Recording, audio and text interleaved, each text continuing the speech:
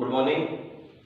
कल के वीडियो में आपने देखा जनसंख्या वितरण घनत्व वृद्धि का जो अपना टॉपिक चल रहा था, उसमें कल हमने जनसंख्या वितरण और जनसंख्या वितरण को प्रभावित करने वाले कारकों का विवेचन किया था, जिसमें कल आपको बताया गया था कि जनसंख्या वितरण को प्रभावित करने वाले कारकों के अंतर्गत मुख्यतः 5 कारक: भौगोलिक, आर्थिक, धार्मिक, सांस्कृतिक व राजनीतिक कारक।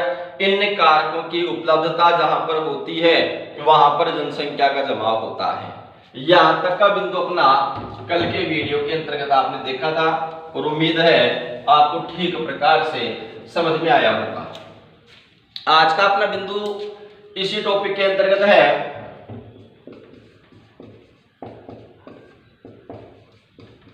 विश्व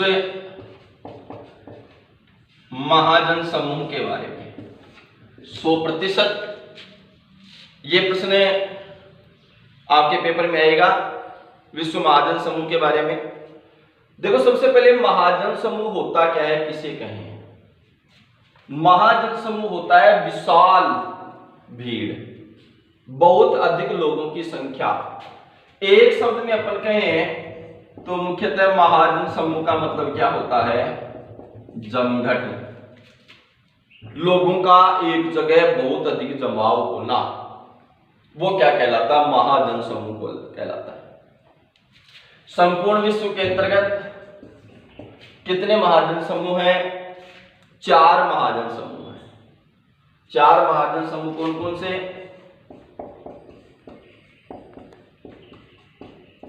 एशियाई महाजन समूह, यूरोपियन महाजन समूह, अमेरिकन और अफ्रीकन महाजन समूह। अमेरिकन महाजन समूह और अफ्रीकन महाजन समूह। कितने महाजन समूह हो गए विश्व में? 4 महाजन समूह हो गए। देखते हैं सबसे पहले एशियाई महाजन समूह के बारे में। देखिए, मुख्यतः एशियाई महाजन समूह के अंतर्गत विश्व की सर्वाधिक जनसंख्या विद्यमान है। यानी विश्व का सबसे विशालतम जो महाजन समूह है वो महाजन समूह कौन सा है? एशियाई महाजन समूह है। इसका जो विस्तार है वो देखो कहां से प्रारंभ होता है?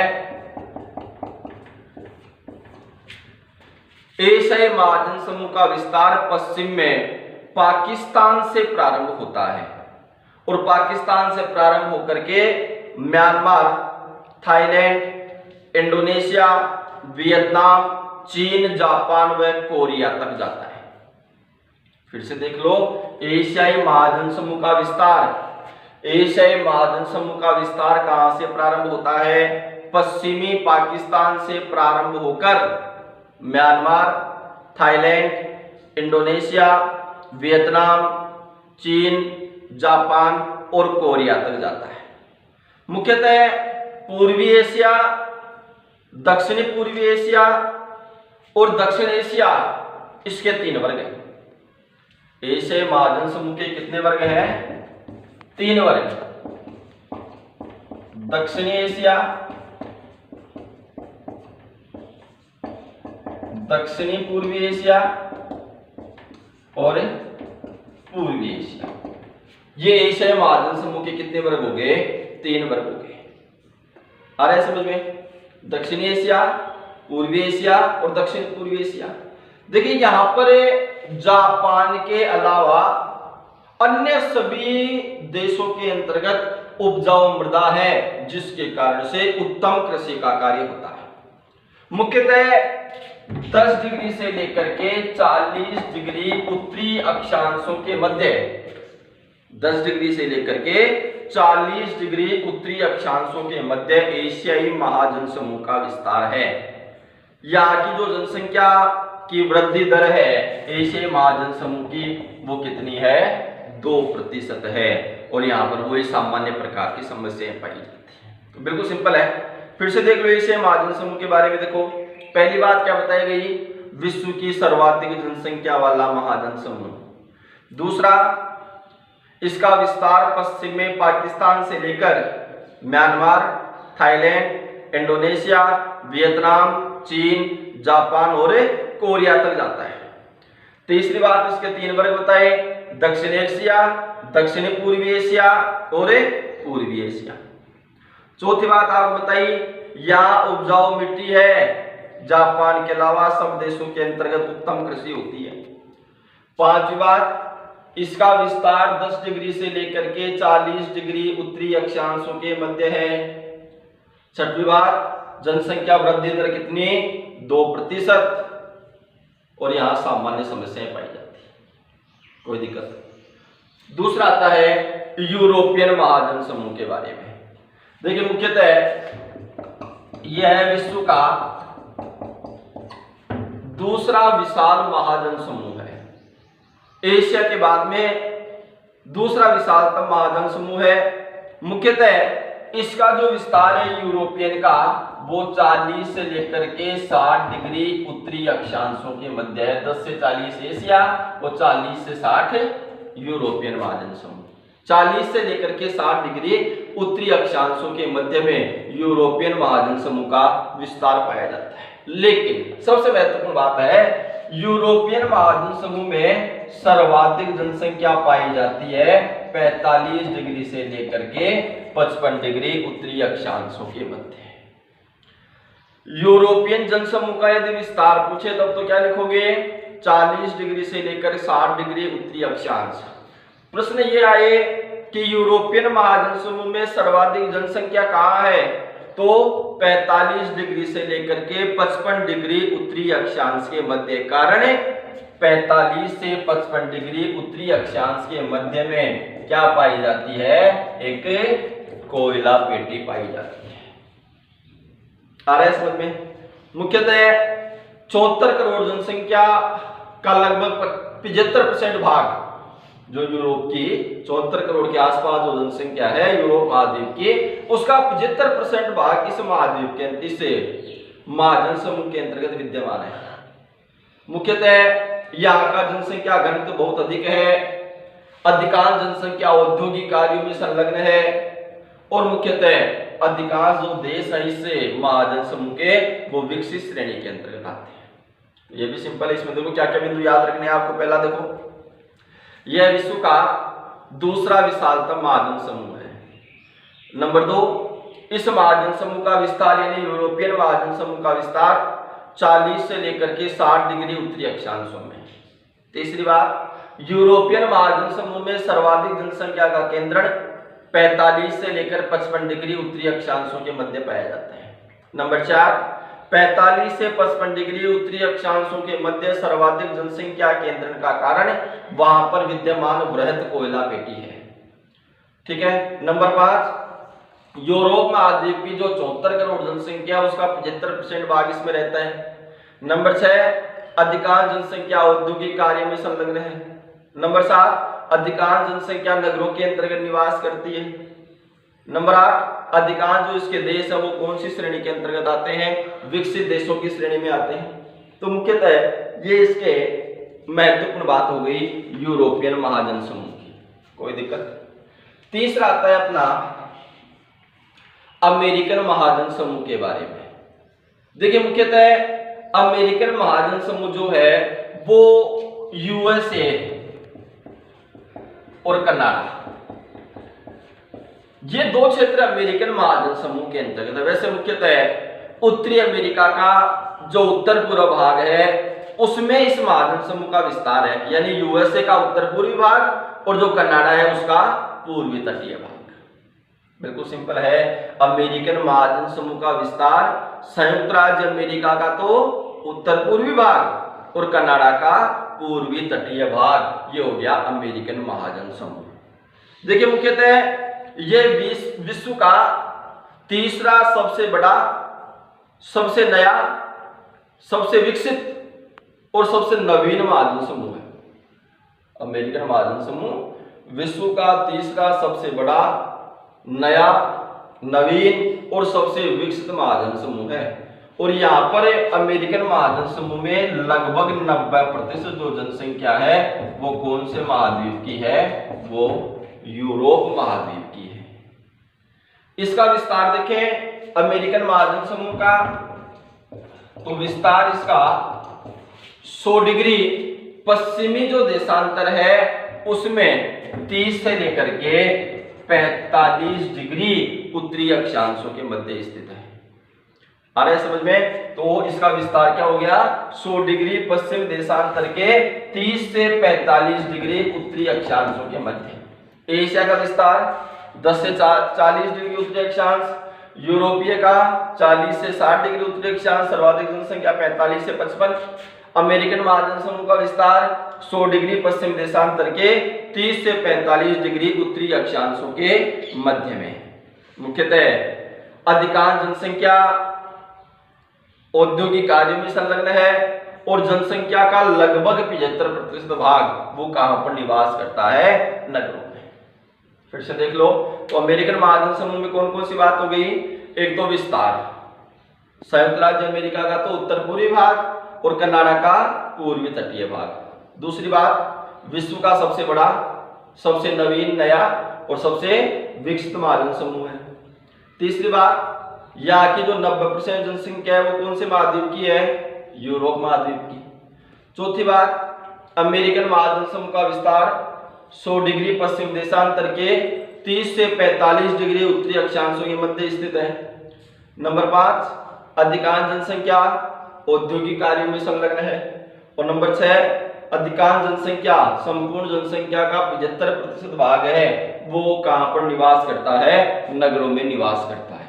कोई दिक्कत? नेक्स्ट आता है अपना अफ्रीकन महाजन समूह। देखिए इसमें, देखिए अफ्रीकन जो महाजन समूह है, इस अफ्रीकन महाजन समूह के अंतर्गत वर्ष 2001 में अफ्रीकन महाजन समूह की जनसंख्या थी कितनी? 21.8 करोड़ के आसपास। आ रहा है समझ में? और 2013 के आसपास इसकी जनसंख्या हो गई लगभग कितनी? 110 करोड़ के आसपास। आ रहा है समझ में? 110 करोड़ जनसंख्या हो गई किसकी? अफ्रीकन महाजन समूह की। मुख्यतः जो विश्व की कुल अफ्रीकन महाजन समूह है, यहाँ विश्व की कुल जनसंख्या का कितना प्रतिशत? 15.4% निवास करता है। हालांकि अफ्रीका महाद्वीप है वो क्षेत्रफल की दृष्टि से अपने एशिया महाद्वीप के बाद में विश्व का दूसरा विशालतम महाद्वीप है। किस दृष्टि से? क्षेत्रफल की दृष्टि से एशिया महाद्वीप के बाद में दूसरा स्थान अफ्रीका महाद्वीप का है। लेकिन प्रमुख कारण क्या है? देखो कि जो अफ्रीका महाद्वीप है, इस अफ्रीका महाद्वीप का 70% भाग, अफ्रीका महाद्वीप का जो क्षेत्रफल है उस क्षेत्रफल के लगभग 70% भाग पर तो क्या है? सघन वनस्पति और मरुस्थल विद्यमान है। यानी वो मानव निवास के योग्य नहीं है। भारत का तो जो 100% है, 100% के अधिकतम भाग पर एशिया महाद्वीप में तो जनसंख्या निवास करती है। अफ्रीका महाद्वीप में तो केवल 30% धरातल ही ऐसा है जहां जनसंख्या निवास करती है, बाकी 70% जो धरातल है वहां पर सघन वनस्पति और मरुस्थल है, इसलिए वहां पर जनसंख्या क्या है? कम है। मुख्यतः नील नदी घाटी क्षेत्र, मुख्यतः अफ्रीका महाद्वीप के अंतर्गत नील नदी घाटी क्षेत्र एक तो, और वहां पर जाम्बिया, नाइजर नदी, ये जो क्षेत्र है वो क्षेत्र मुख्यतः वहां पर जनसंख्या के केंद्र वाले हैं। यानी जहां पर एक अपनी ये कह सकते हैं उपजाऊ मैदानों का विस्तार जिन क्षेत्रों के अंतर्गत है, उन क्षेत्रों में जनसंख्या का जमाव सर्वाधिक है।